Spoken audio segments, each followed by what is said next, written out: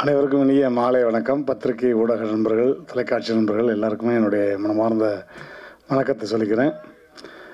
மதுரை 16 எங்கள் பகுதியை சார்ந்த ஒரு படம். நான் மதுரை அழகரெட்டி தான், அவரும் பிரதரும் அழகரெட்டி தான். ஸோ மதுரையை சுற்றி என்ன ஒரு அழகான விஷயங்கள்லாம் எவ்வளவோ இருக்குது, அதை பற்றி ரொம்ப அழகாக அந்த படம் வந்து உங்களுக்கு சொல்லும்.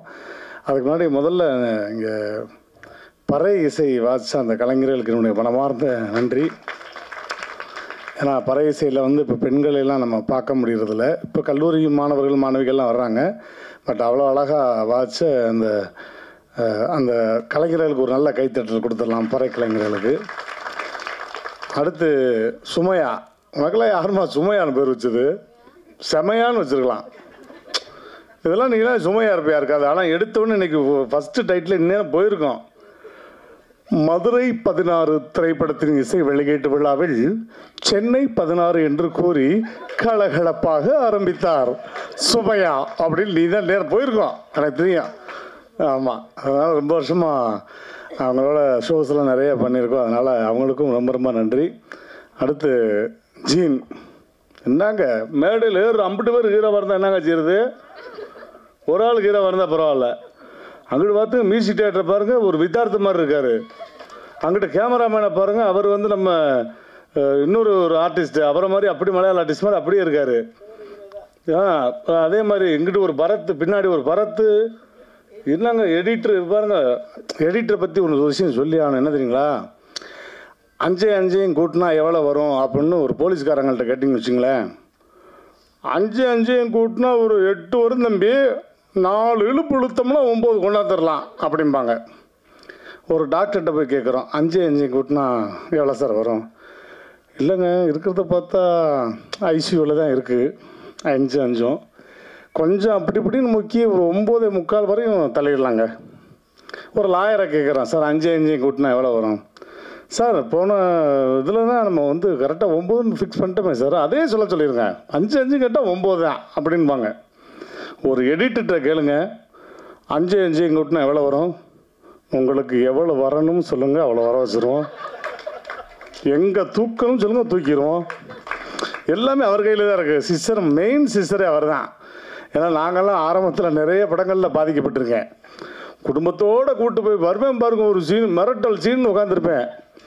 படம் முடிச்சு எல்லாம் எந்திரிச்சு போயிடுவாங்க. எங்கடான்னு பார்த்தா இல்லைங்க அப்படி வந்தேன் எங்கேயோ போயிடுச்சுங்கன்ட்டு அடுத்த ஷோக்கெல்லாம் திரும்ப ஃபேமிலியோட திரும்ப டிக்கெட்டை போட்டு ஒத்து பாருங்க, ஒரு செகண்ட் இப்படி வந்துட்டு போவேங்க அப்படின்னு.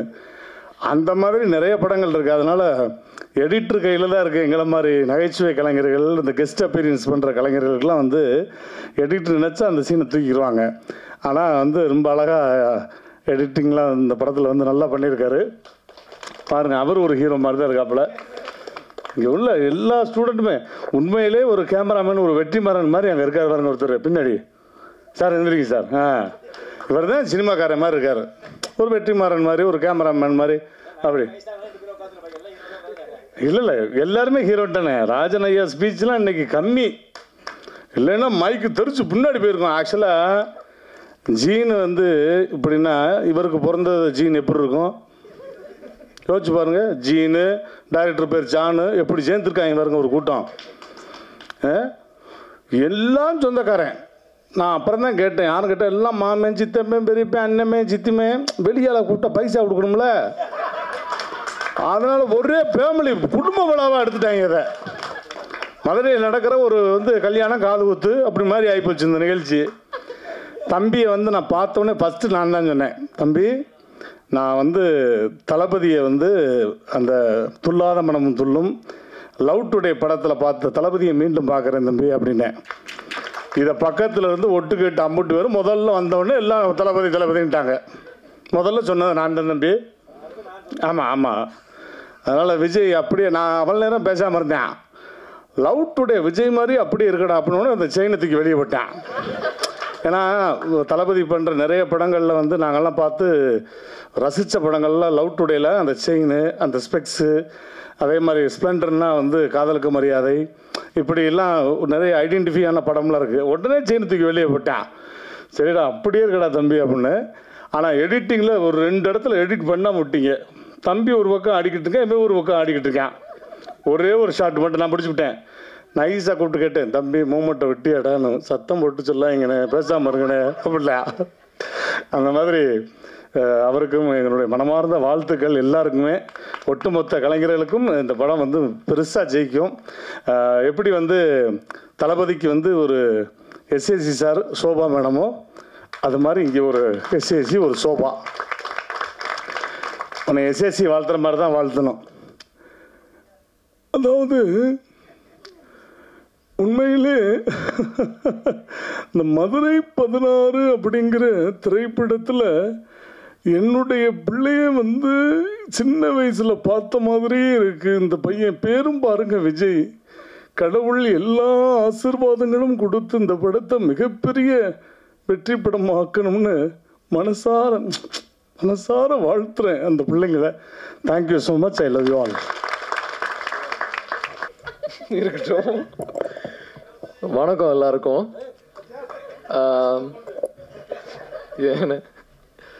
ஸ்டார்டிங் வந்து நான் என்னோட கிராட்டிடியூட், என்னோட நன்றியை எல்லாருக்கும் சொல்லிட்டு அதுக்கடுத்து ஒரு சின்ன இன்சிடென்ட் ஷேர் பண்ணுறேன். மூவியில் நடந்தது சொல்லி. கூடையே பழகினிய செவ்வாழ, நீ வந்து படம் எடுக்கணும்னு நினைக்கும் போது கனவுல நான் வந்திருக்கலாம். இல்லை பெட்டியை தூக்கிட்டு ஸ்பாட்டுக்கு போகும்போதாவது நம்ம கூட நம்ம ஏரியா பைய ஒருத்தர் இருக்கானேன்னு கனவுல வந்திருக்கலாம்.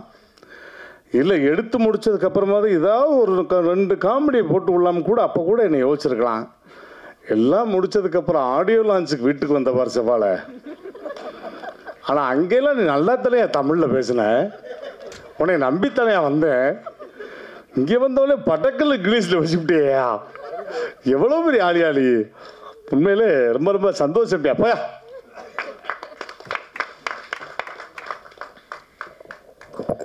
ஸோ நான் வந்து என்னோட டேரக்டர் ஜானனன்லேருந்து ஸ்டார்ட் பண்ணுறேன். ஜானனை வந்து எனக்கு சின்ன வயசுலேருந்தே தெரியும். அப்பா அந்த மாதிரி என்னதுன்னு என்னோட சின்ன வயசுலேருந்து உங்களுக்கு தெரியுன்றேண்ணே. என்னோட சின்ன வயசுலேருந்தே எனக்கு ஜானனனை தெரியும். இந்த மாதிரி அப்பாவோட ஸ்டூடெண்ட்டாக அப்பாவோட கலீகாக பார்க்கும் போதே இந்த மாதிரி ஆர்ஃபியஸ் அண்ட் யூரிடேஸ் படத்தில் ஆக்சுவலி நானே ஒரு சின்ன பார்ட் பண்ணியிருப்பேன் அவங்க மேக் பண்ண அந்த ஷார்ட் ஃபிலிமில். அப்போதுலேருந்து எனக்கு தெரியும். ஸோ நல்ல ராப்போர்ட் எல்லாருக்கூடையும். அதுக்கடுத்து என்னோட கேமராமேன் ரிஜ்வான் ப்ரோ, அவர் கூட வந்து அப்போ தான் கற்றுக்குறோம் அந்த ஃப்ரேமில். இப்படி தான்டா பார்க்கணும், இப்படி தலையை குனிடா இப்படி தான்டா பார்க்கணும் அப்படின்ட்டு. அவர் கூட அந்த ஃப்ரேம் ஒர்க்கு, அந்த ஸ்டேஜிங் ஒர்க் எல்லாமே புதுசாக சூப்பராக இருந்துச்சு அந்த எக்ஸ்பீரியன்ஸ் கற்றுக்க. அதுக்கடுத்து என்னோட மியூசிக் டைரக்டர், அதாவது எப்படின்னா இந்த படத்தில் வந்து நான் ஒரு ஆக்டராக வேலை பார்த்ததை விட வந்து ஒரு அசோசியேட் டைரக்டராக வேலை பார்த்தது தான் ஜாஸ்தி. எல்லாம் டெக்னிக்கல் ஒர்க்லேயும் வந்து நிறையா நேரம் டைம் ஸ்பெண்ட் பண்ணி அது வேற பாதி. நான் ஒரு 3/4 ஒரு மியூசிக் டைரக்டராகவே ஆயிட்டேன் அவர் கூட நான் உட்காந்து. அதுக்கடுத்து என்னோட எடிட்டர் அஸ்வின் ப்ரோ கூட நாங்கள் நிறைய நேரம் ஒர்க் பண்ணி கட் ஒர்க் எல்லாமே போய் அது எல்லாமே பயங்கரமாக இருக்கும். அதுக்கடுத்து என்னோட சார், இவர் தான் வந்து ஆக்சுவலி நான் எடிட்டிங் படிச்சிருக்கேன் என்னோட சார்கிட்ட, மேக்ஸ் எக்ஸ்பர்ட் இன்ஸ்டியூட்னு சொல்லிட்டு. சார் தான் வந்து படத்தோட கலரிஸ்ட். எல்லா ஒர்க்குமே பக்காவாக போய் செம்ம ஷார்ப்பாக போச்சு இவங்க கூட. அதுக்கடுத்து என்னோட கோ ஆக்டர்ஸ் ரிஷி, விமல், 2 பேருமே வந்து பயங்கரமான டான்ஸிங் இன்ஃப்ளூயன்சஸ். ரொம்ப கம்ஃபர்டபுள் டு ஒர்க் வித். சூப்பராக இருந்துச்சு அவங்க கூட இருந்த எக்ஸ்பீரியன்ஸ். அதுக்கடுத்து எங்கள் படத்தோட ஹீரோயின் நிவேதா.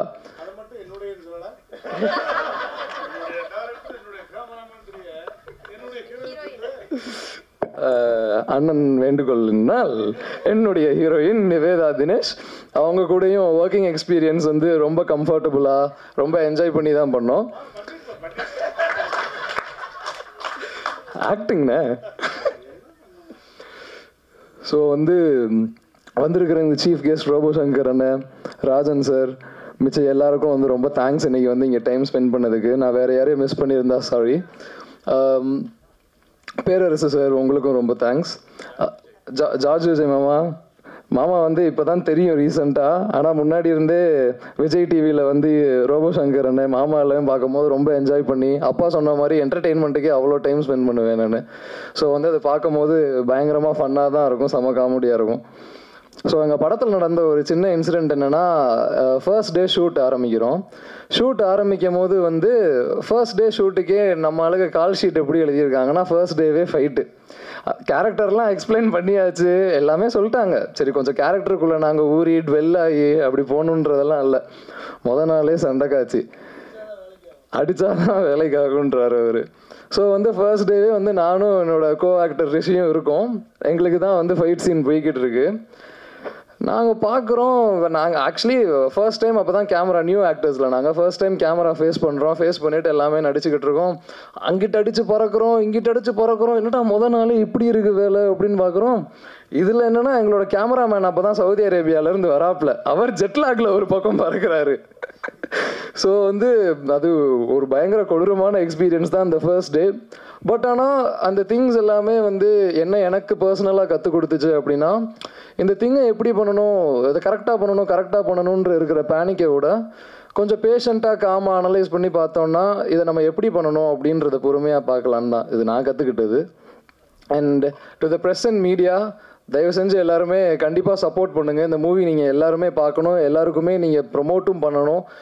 எல்லாரும் மக்கள் எல்லா மக்கள்கிட்டையும் கொண்டு போய் சேருங்க. தேங்க்யூ.